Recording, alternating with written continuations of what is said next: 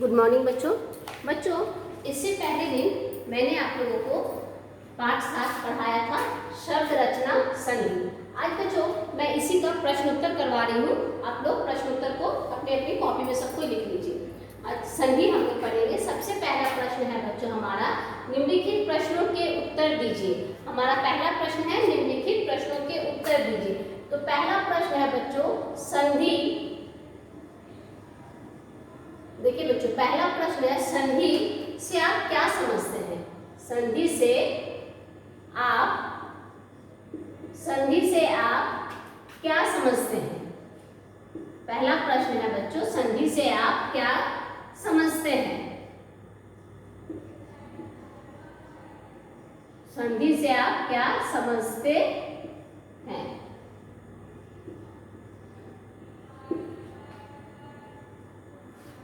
उदाहरण भी दीजिए, मतलब इसका उदाहरण भी आप लोगों को देना है कि संधि से क्या समझते हैं। इसका उदाहरण आप लोगों को देना है बच्चों। तो हम लोग संधि से उदाहरण दीजिए।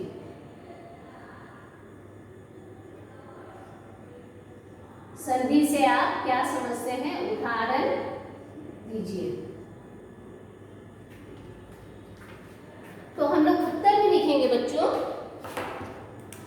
इसका उत्तर में हम लोग लिखेंगे संधि से हम क्या समझते हैं, इसका आपको उत्तर देना है। तो उत्तर लिखिए।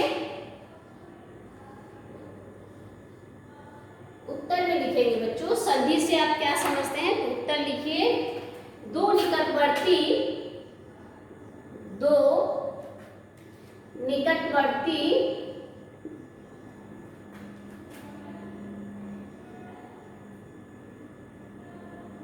दो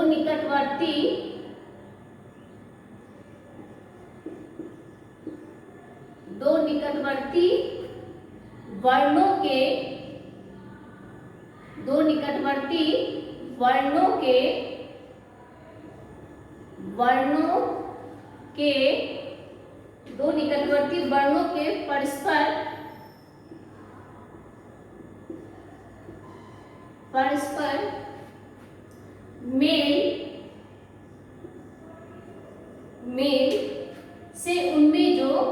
मेल से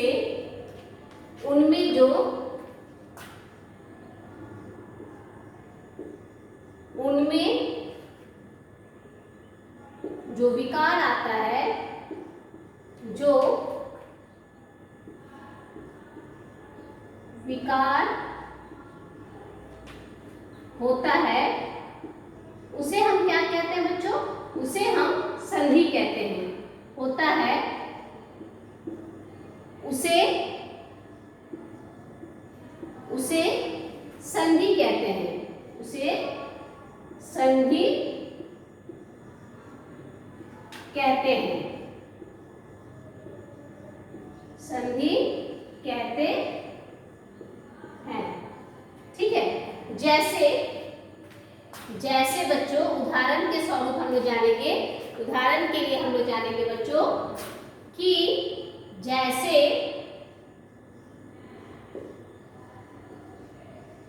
देखिए बच्चों, जैसे में हम लोग देखेंगे कि हिमालय क्या है हमारा? हिमालय।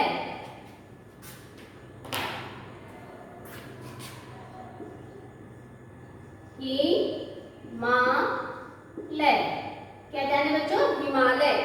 तो इसका हम लोग करेंगे हिम प्लस आलय। हिम प्लस आलय। ठीक है। इसका क्या आएगा? देखिए अ प्लस आ, हाँ, इजिकल टू क्या आता है बच्चों? आ। तो हम लोग सबसे पहले क्या, संधि से आप क्या समझते हैं? उदाहरण दीजिए। तो दो निकटवर्ती वर्णों के परस्पर मेल से उनमें जो विकार होता है, उनमें जो क्या होता है? विकार होता है, उसे हम क्या कहते हैं बच्चों?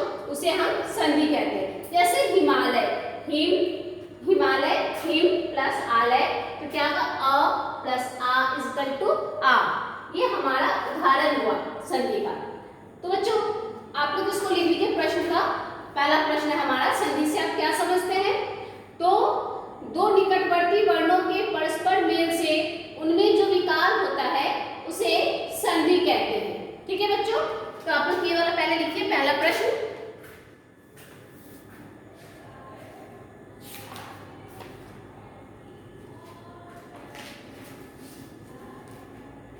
बच्चों हमारा दूसरा प्रश्न है, मैं दूसरा प्रश्न लिख रही हूँ बच्चों।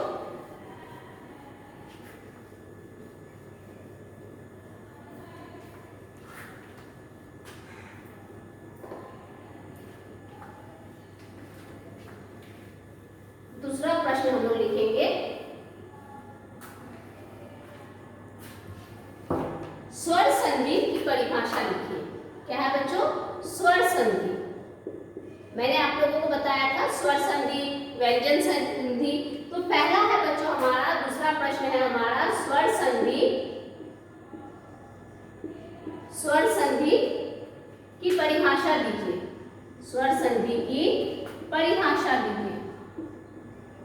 परिभाषा,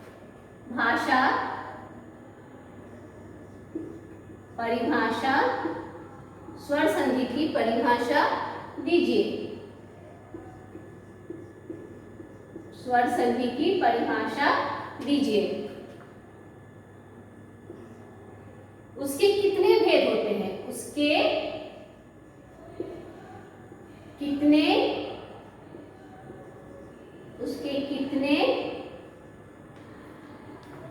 भेद होते हैं? क्या है बच्चों? उसके कितने भेद होते हैं? किसके? स्वर संधि के। ठीक है, कितने भेद होते हैं? देखिए बच्चों हमारा दूसरा प्रश्न है स्वर संधि की परिभाषा दीजिए, उसके कितने भेद होते हैं। दूसरा प्रश्न क्या है बच्चों हमारा कि स्वर संधि की परिभाषा दीजिए, उसके कितने भेद होते हैं। किसके? तो स्वर संधि के। तो स्वर संधि किसे बोलते हैं बच्चों? देखिए यहाँ पे लिखिए उत्तर। उत्तर में हम लोग लिखेंगे जब, क्या लिखेंगे पहले? जब स्वर से स्वर का, जब स्वर से, जब स्वर से स्वर का, जब स्वर का स्वर, जब स्वर से स्वर का मेल होता है। क्या होता है बच्चों? मेल। ध्यान दीजिए, स्वर से स्वर का मेल होता है, स्वर से स्वर का मेल होता है, तो उसे बच्चों, तो उसे स्वर संधि कहते हैं। तो उसे, तो उसे स्वर संधि कहते हैं। स्वर संधि कहते हैं, कहते हैं। देखिए बच्चों, जब स्वर का, जब स्वर से स्वर का मेल होता है, क्या होता है? स्वर का स्वर से मेल होता है, तो उसे स्वर संधि कहते हैं। ये कितने तरह के होते, इनके कितने भेद ये हैं? उसके कितने भेद हैं? तो स्वर संधि के बच्चों 5 भेद हैं। क्या लिखेंगे? स्वर संधि, स्वर संधि के, स्वर संधि के 5, स्वर संधि के 5 भेद हैं। 5 भेद हैं। स्वर संधि के 5 भेद हैं। क्या क्या है? अब उनके नाम लिखना है बच्चों आप लोगों को। क्या क्या है? सबसे पहले है हमारा दीर्घ संधि। सबसे पहले दीर्घ संधि, दूसरा हमारा है गुण संधि, गुण संधि, तीसरा है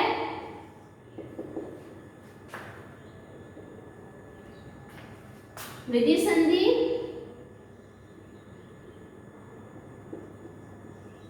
विधि संधि,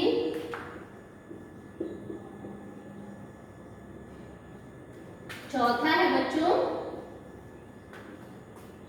यौन संधि,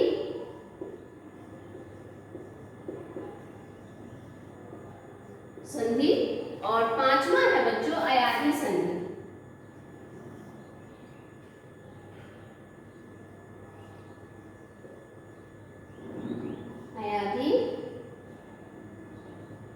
संधि।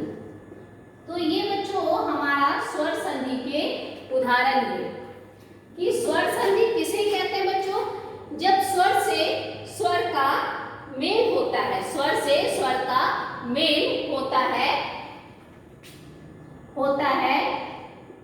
यहाँ पे है देखिएगा, जब स्वर से स्वर का मेल होता है तो उसे स्वर संधि कहते हैं। उसे क्या कहते हैं बच्चों, स्वर संधि कहते हैं। स्वर संधि के 5 भेद होते हैं। कितने भेद होते हैं, तो 5 भेद होते हैं। क्या क्या, दीर्घ संधि, गुण संधि, विधि संधि, यण संधि, अयाधि संधि। ये हमारे स्वर संधि के भेद हैं।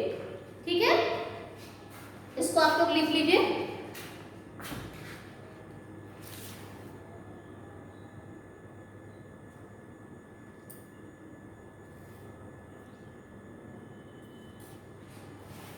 दूसरा प्रश्न आप लोग लिख लीजिए।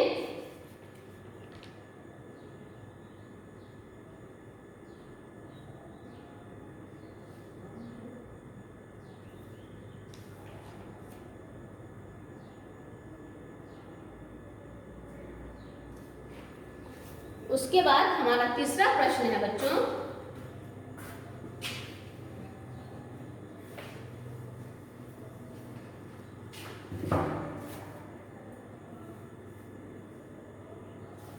तीसरा प्रश्न हम लोग लिखेंगे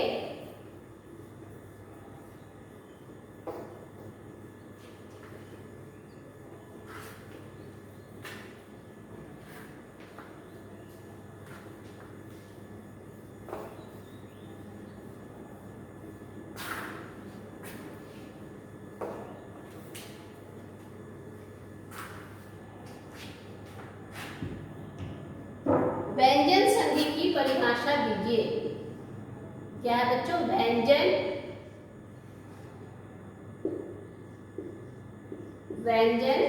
संधि,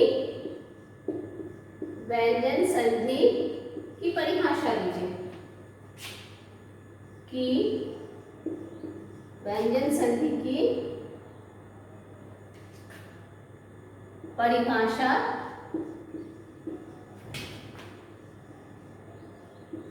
व्यंजन संधि की परिभाषा दीजिए।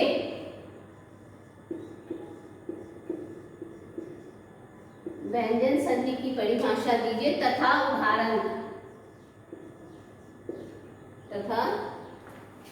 उदाहरण सहित समझाइए।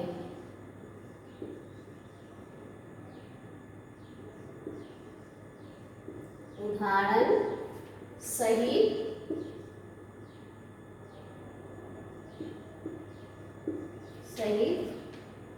समझाइए। तो हमें क्या करना है बच्चों, सबसे पहले व्यंजन संधि का परिभाषा लिखना, व्यंजन संधि की परिभाषा लिखना है।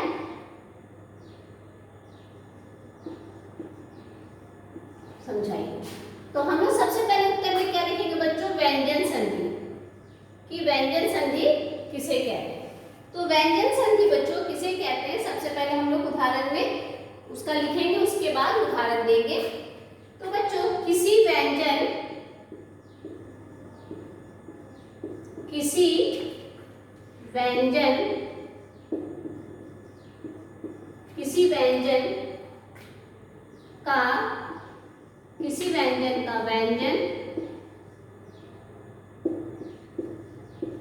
व्यंजन का व्यंजन से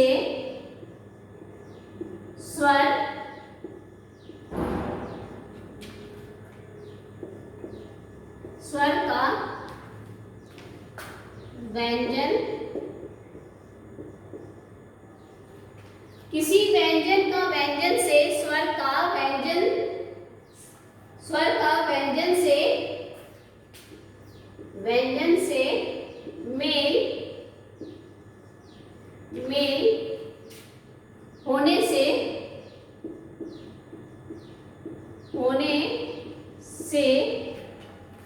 उनमें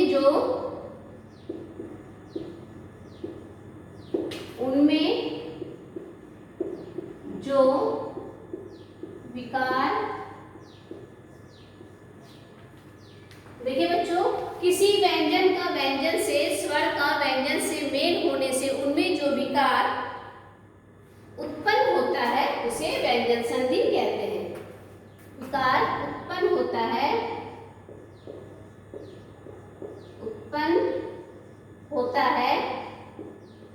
होता है उसे हम क्या कहते हैं? व्यंजन संधि कहते हैं। उसे व्यंजन संधि कहते हैं।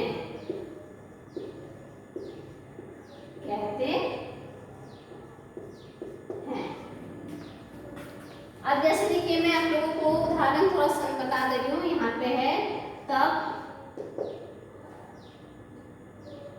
प्लस बल, क्या हो जाएगा? तपोबल। तपोबल, ठीक है। ये आपके उदाहरण हुए कि बच्चों देखिए, किसी व्यंजन का व्यंजन से, स्वर का व्यंजन से मेल होने से उनमें जो विकार उत्पन्न होता है उसे हम क्या कहते हैं? स्वर संधि, व्यंजन संधि कहते हैं। तो उदाहरण जैसे हुआ तप प्लस बल, तपोबल, ठीक है। इस तरह के और कई उदाहरण आप लोग लिख सकते हैं। तो उसी प्रकार मतलब व्यंजन संधि के और कई हैं, जैसे निजन, यहाँ पे मैं और एक दे रही हूँ, नी जन, तो हमारा हो जाएगा निर्जन। क्या होगा बच्चों? निर्जन। ये हमारे उदाहरण में व्यंजन संधि में, ठीक है बच्चों।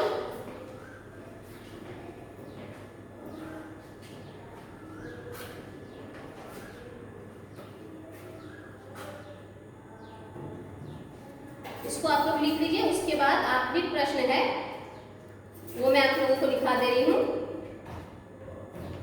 दीर्घ संधि,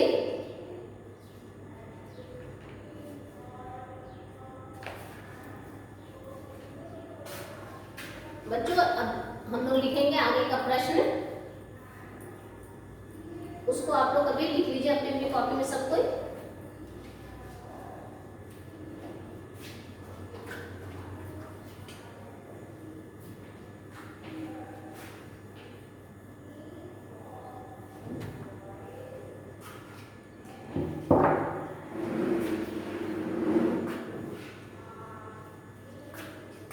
प्रश्न चौथा लिखिए, दीर्घ संधि, दीर्घ संधि की परिभाषा दीजिए। दीर्घ संधि की परिभाषा दीजिए। की परिभाषा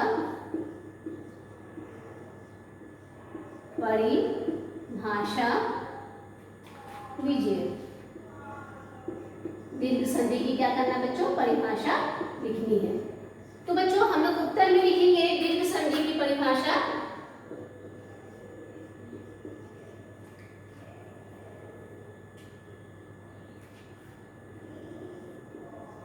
ह्रस्व अथवा दीर्घ, ह्रस्व अथवा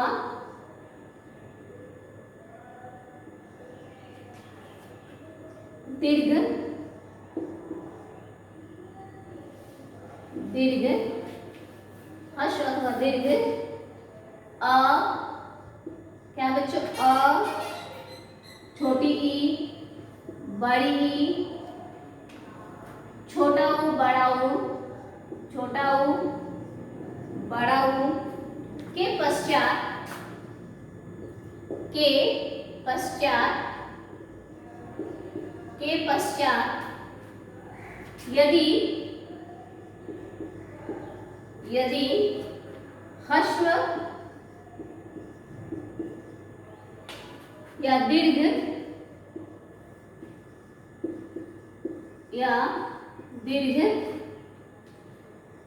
अ, ई, ऊ, ओ हो तो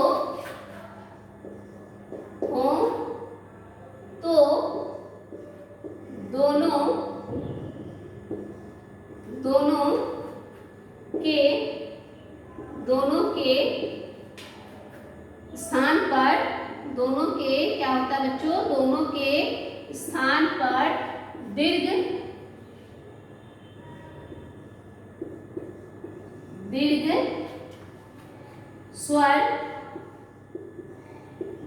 स्वर आ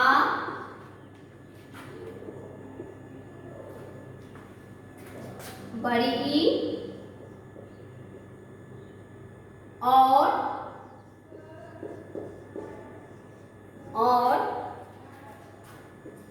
बड़ा ऊ हो जाते हैं। क्या हो जाते हैं, ठीक है बच्चों, हो जाते हैं, उसे दीर्घ संधि कहते हैं, उसे दीर्घ संधि कहते हैं, उसे दीर्घ संधि कहते हैं।